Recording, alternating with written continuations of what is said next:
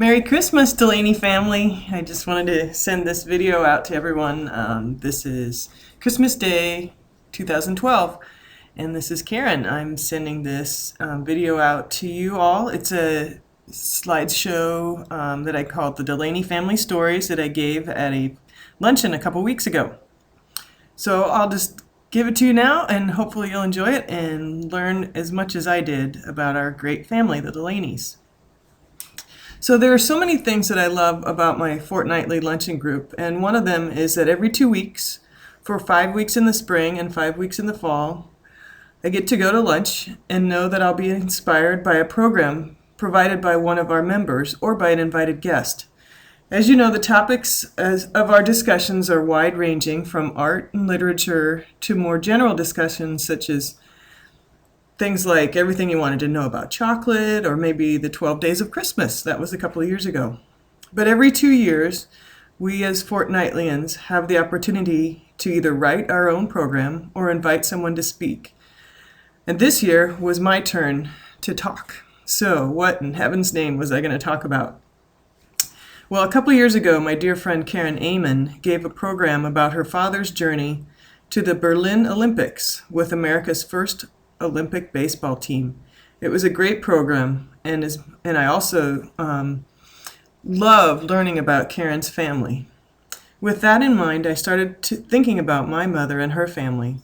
It all started with this picture. My mother, Sheila Delaney Griffin, was the second of 6 children born to Thomas Ronald and Julia Coy Delaney in Omaha, Nebraska. This picture was taken of their 6 children on the streets of Tokyo, Japan, during the Allied occupation after World War II. This picture hangs in my kitchen, and there are times I look at it and wonder, what would it have been like to live in Tokyo during the occupation after Hiroshima and Nagasaki? Did the Japanese resent them? Did they feel safe walking down the streets? Think of the Green Zone in Iraq, where the Army forces and Central Command all stayed. It was the only safe haven during the occupation of Iraq. What a contrast. I remember Mom talking about her time in Japan as a wonderful time in her life. Her stories were fantastic. She lived in a Japanese-style house with sliding wooden doors and tatami mats, and she ate food made with seaweed. When I was young and before I understood that she was describing sushi, that sure did sound terrible. One of the houses had a separate room at the end of a long hallway, and that was my mom's sanctuary. The room was round with windows all around it, and one piece of furniture, her beloved Bosendorfer piano. She loved that room, and she spent hours each day practicing and hopefully one day becoming a concert pianist. She talked about her time at the Sacred Heart Catholic School in Tokyo, where she went to school with her sisters and by chance, a beautiful young Japanese woman, a good friend and a great tennis player. That woman is now the Empress of Japan. It seems so impossible to me to think they lived there in complete harmony with the Japanese after all the terrible atrocities. How could this be so? With those questions, I decided to learn more about their time in Japan. And before I go any further, I just want to say that this has been a fantastic experience. I started by reading some books. The first one was called The Commoner, which is a novel based on the life of the Empress Michiko of Japan. I read parts of the book called Embracing Defeat about Japan after World War II, and that led me to try to understand more of the human story behind the war crimes trials in Japan, so I read the book Unbroken. Many of you may have read this book, Unbroken, by Linda Hildebrand, about the Olympic runner from Torrance, California, that crashed into the Pacific Ocean and floated on a raft surrounded by hungry sharks for a month and a half, only to be captured by the Japanese and sent to a prison camp where he was tortured for years and watched many of his comrades die of exhaustion and starvation. It is a very sad book, but reading the book you know that he's going to survive, so it pulls you through all the pain and torture. And man, those Japanese were terrible to their prisoners.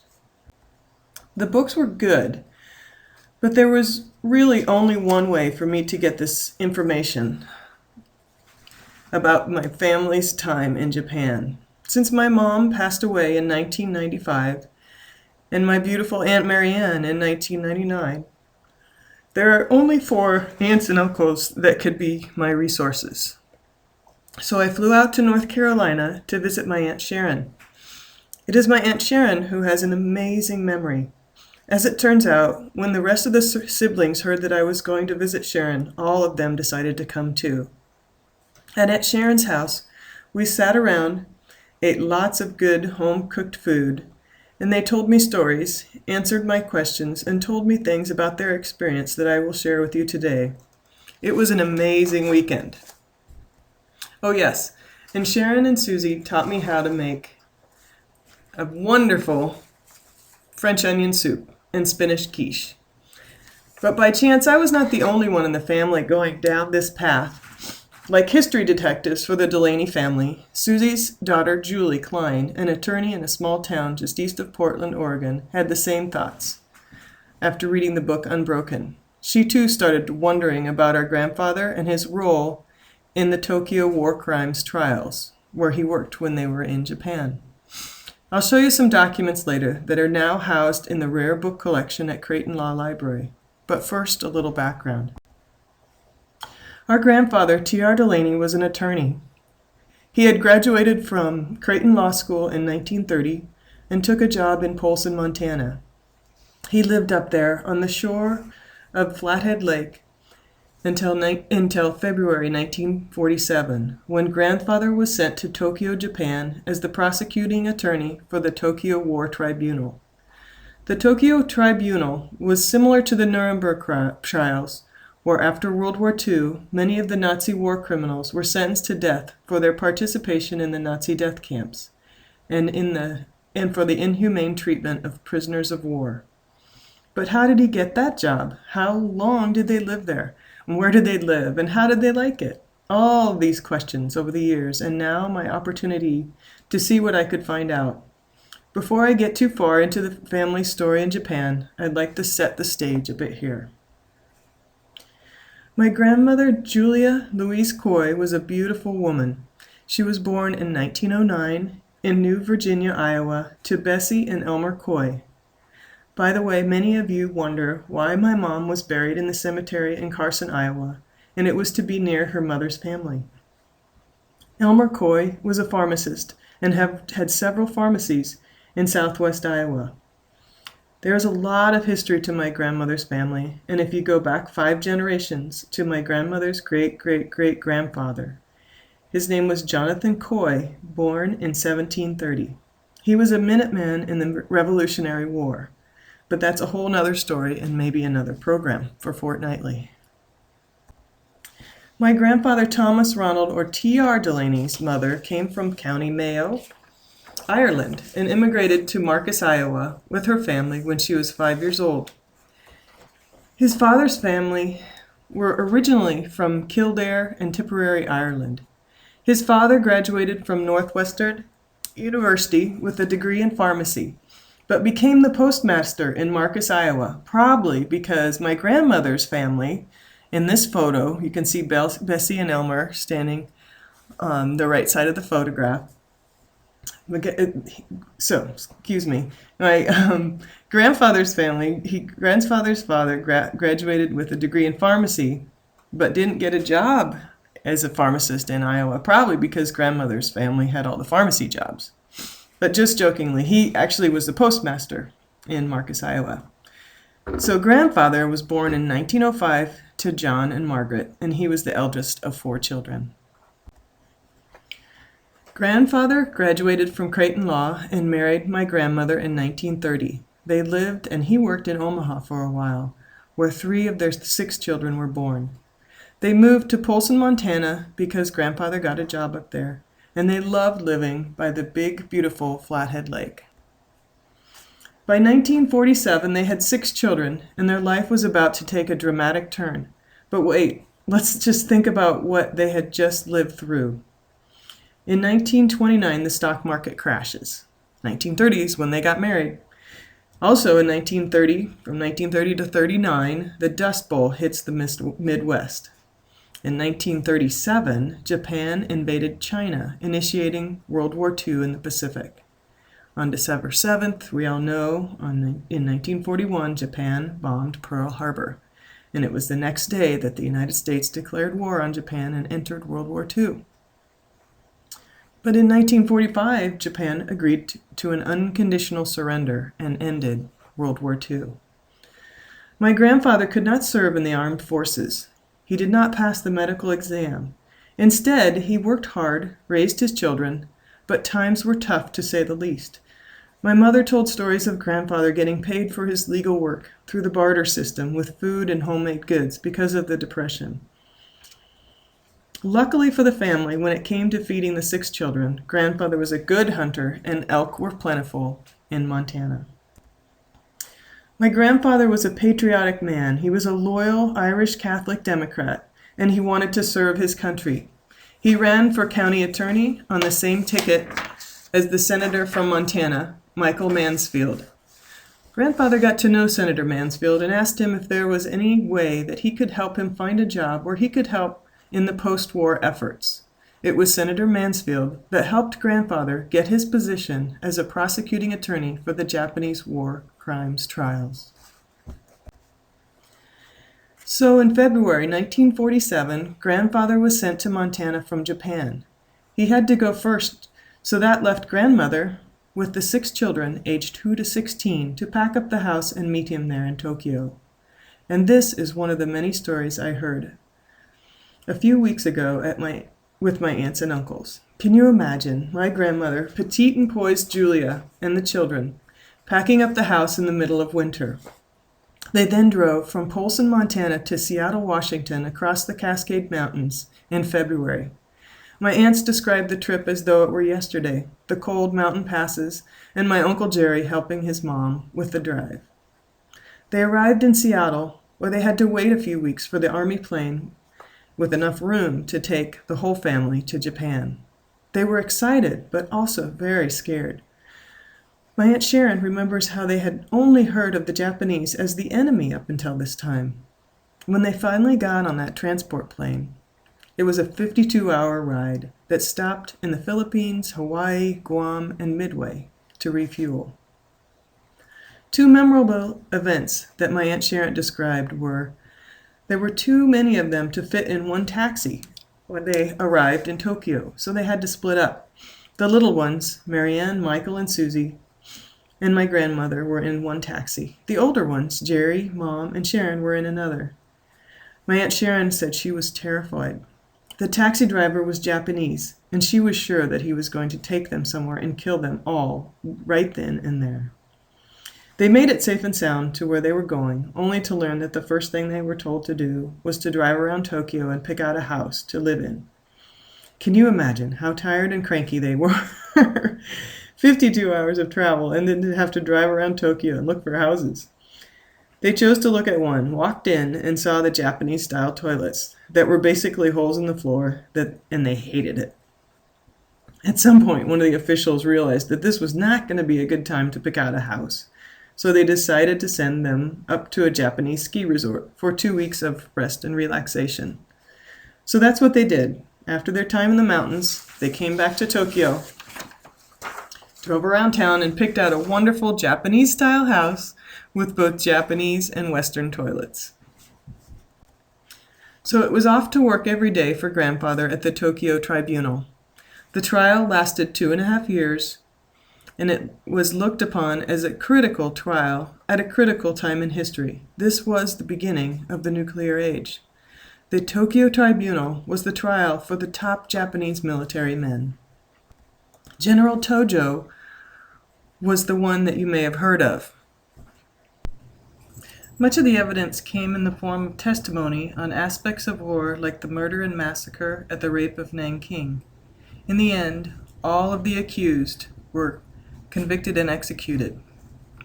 And that is all extremely fascinating to all the lawyers in the bunch, and I can talk to you more about that at any time anyone wants to hear about that. But you've listened to me enough now. The important material that I gathered during this journey was the stories, the Delaney family stories, as I've called it, during their life in Japan. I recorded several stories about a month ago.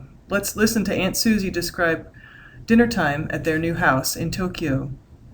And after Susie's story, Michael, Jerry, and Sharon will talk about how it was that they got along so well in Japan. Let's listen to their voices and their stories. You know, we were trying to remember how we got started, but at some point last night we started talking about the fact that our dining room table was, you know, where the whole family sat down, and they were talking about the fact whatever they talked about at the dining room table, it was quite formal. What they were saying is Dad did not talk about the trials. That's what we were Right. saying last night. Yeah. And somebody asked, well, what did you talk about? And I think Sharon said we talked about what we had done in school and that kind of thing. And so then I said I had this memory, you know, from those days when I was so young, because I remember that I ate in the kitchen with the servants, and because I felt sorry for my whole family, and I wondered why they would want to eat in there, because I would see this, I could still see this glob of mashed potatoes or this plain old piece of meat like a pork chop going out there, and there I was in the kitchen eating all this sizzled fish, and the eyeballs were still in the fish, and they were gooey with wonderful Japanese smells and sauces. And I just remember thinking, they're nuts in there. They don't know good food. They don't know good food, yeah. Here we go. Another story. One of the interesting things about Tokyo was that when General MacArthur came in to lead the occupation forces there, he did a wonderful thing in the eyes of the Japanese. He allowed the emperor to keep his living in the palace and also to remain an emperor, but he had to renounce the fact that he was a god. And the Japanese thought this was a great thing by allowing them to live and all that. And so MacArthur was sort of looked upon as a shogun, a strong military man. And when he lived in Tokyo, he acted like a shogun. And we would walk down to his office, and every night, 5 o'clock on the dot, all traffic in Tokyo would stop.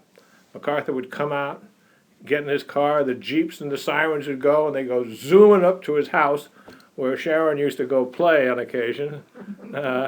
And everything would stop. And MacArthur was the man. He was the shogun, and it was great. What year was that, Mike? That was so. MacArthur left. MacArthur was eventually fired by Harry Truman Truman, when the Korean over the issue of Korea and who was going to be the boss.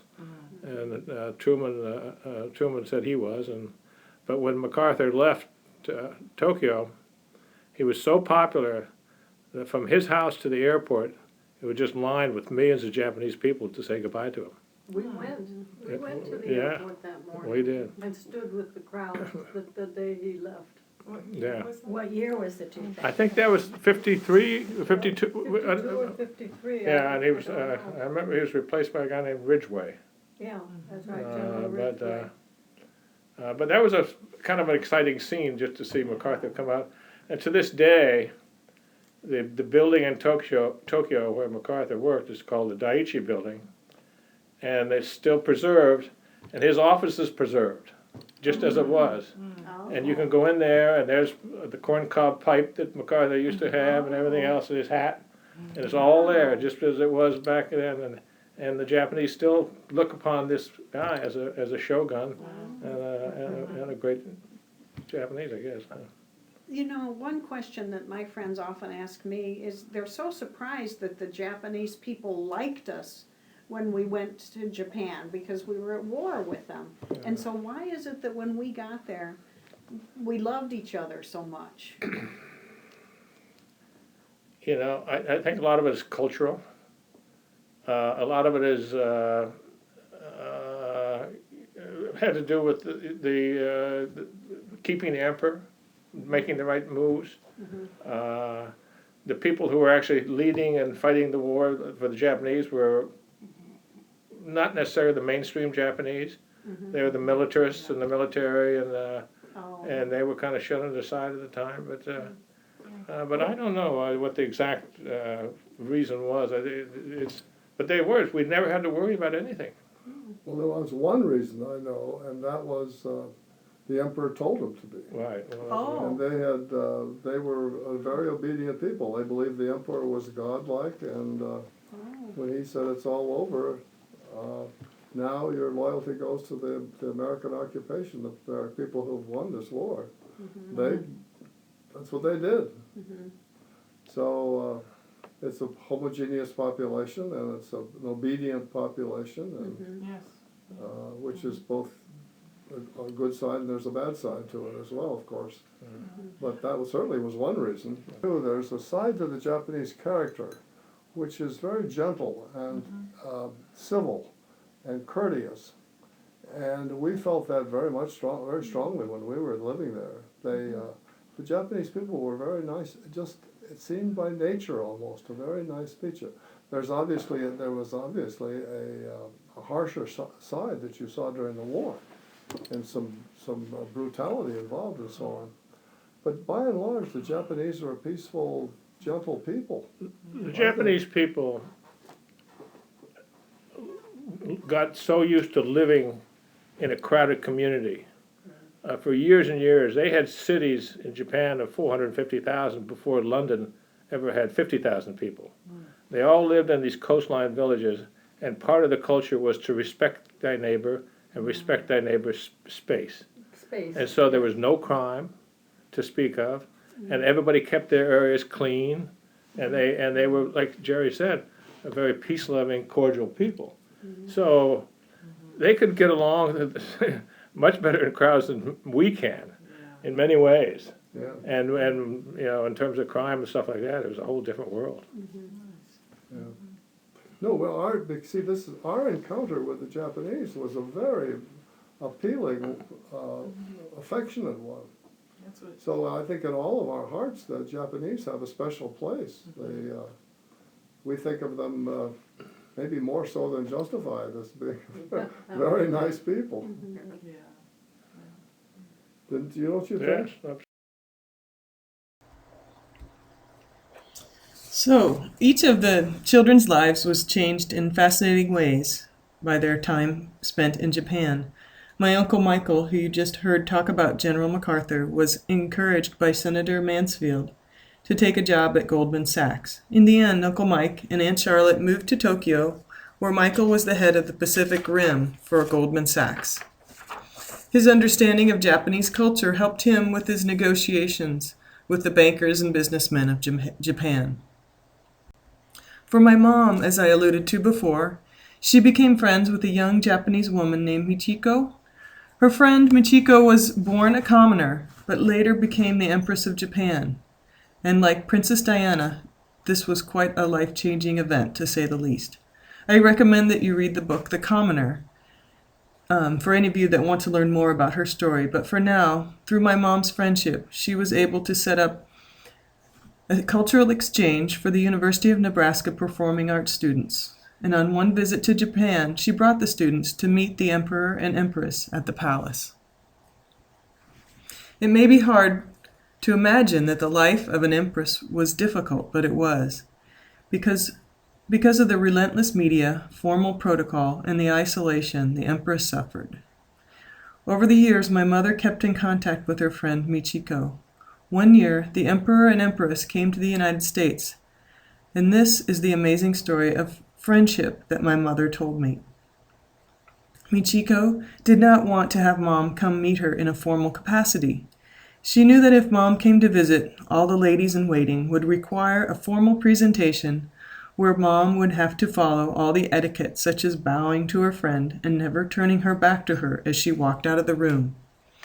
Instead, the Empress and Mom figured out how to have a private meeting at a hotel room in St. Louis. That is where they got together and were able to talk like schoolgirls again. This is the note that Michiko wrote to my mom later that year. My dear Sheila, I was so touched that you should have remembered my birthday. When we met in St. Louis in June, you had just celebrated your birthday, and I told you mine was in October. Thank you so much for your warm and loving letter and the music album Begin Sweet World. As the years go by, I realize more and more what a precious gift treasured true friendship is, and I am grateful to have friends like you who think of me and pray for me. Thank you, dear Sheila, for being who you are. I send you and your family my love and sincere best wishes. Michiko. I'll finish up with a few last thoughts and photos. This photo of the whole Delaney family at a reunion in Montana in 1973. Grandfather and grandmother surrounded by their 6 children and their 19 grandchildren. And what did I learn from this experience and putting this paper together? I learned that my grandmother was quite an amazing woman. She took 6 children to the other side of the world on her own right after a horrible war. I learned that my grandfather's role was to help decide what evidence was admissible in the Tokyo War Tribunal. That was an important role, but much more important to him was his family. He barely spoke about the trials with his children. My grandfather was an incredibly dedicated family man. He wanted to hear about what they had learned in school every day.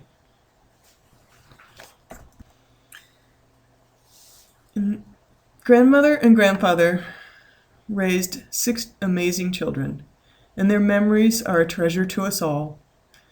It has been, as I said, a fantastic experience to learn more about their time in Japan and how it made them who they are today.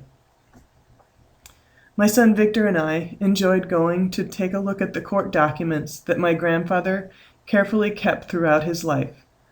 The 3 boxes of documents were shipped with him from Japan to Ethiopia, Afghanistan, Liberia, and finally back to Bellevue.